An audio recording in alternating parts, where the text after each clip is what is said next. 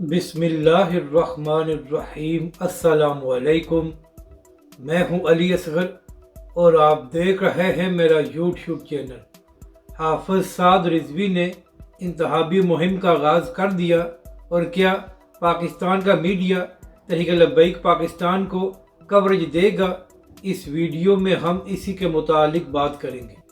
नाज़रीन कराम, इमरान खान की हुकूमत में पाकिस्तानी मीडिया और सोशल मीडिया पर तहरीक लब्बैक पाकिस्तान पर बहुत सी पाबंदियाँ लगाई गई थी, मगर नाज़रीन कराम, आज हालात ये हैं कि आप पाकिस्तानी मीडिया पर इमरान खान साहब का नाम भी नहीं ले सकते।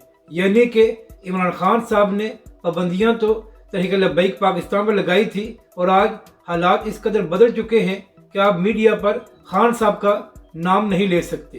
तो नाज़रीन कराम, अब 8 फरवरी को इंतखाबात होने जा रहे हैं। तो तहरीक लब्बैक पाकिस्तान एक बड़ी सियासी जमात है और तहरीक लब्बैक पाकिस्तान ने पूरे मुल्क में अपने उम्मीदवार खड़े किए हैं।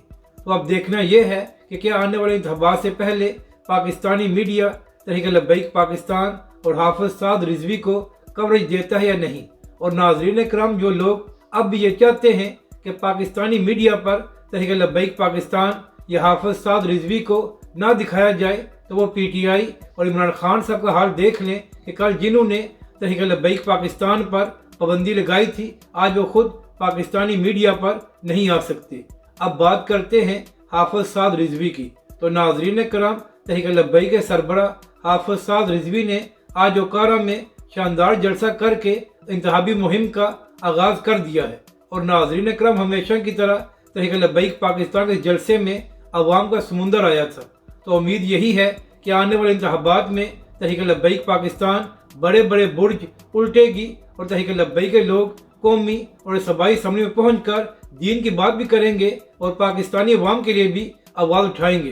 तो नाज़रीन कराम, इंशाअल्लाह उम्मीद यही है कि आने वाले इंतखाबात में तहरीक लब्बैक पाकिस्तान एक बड़ी ताकत बनकर सामने आएगी। अपनी राय का ज़रूर इज़हार करें कि आपको ये वीडियो कैसी लगी और हमारे इस चैनल को भी सब्सक्राइब करें।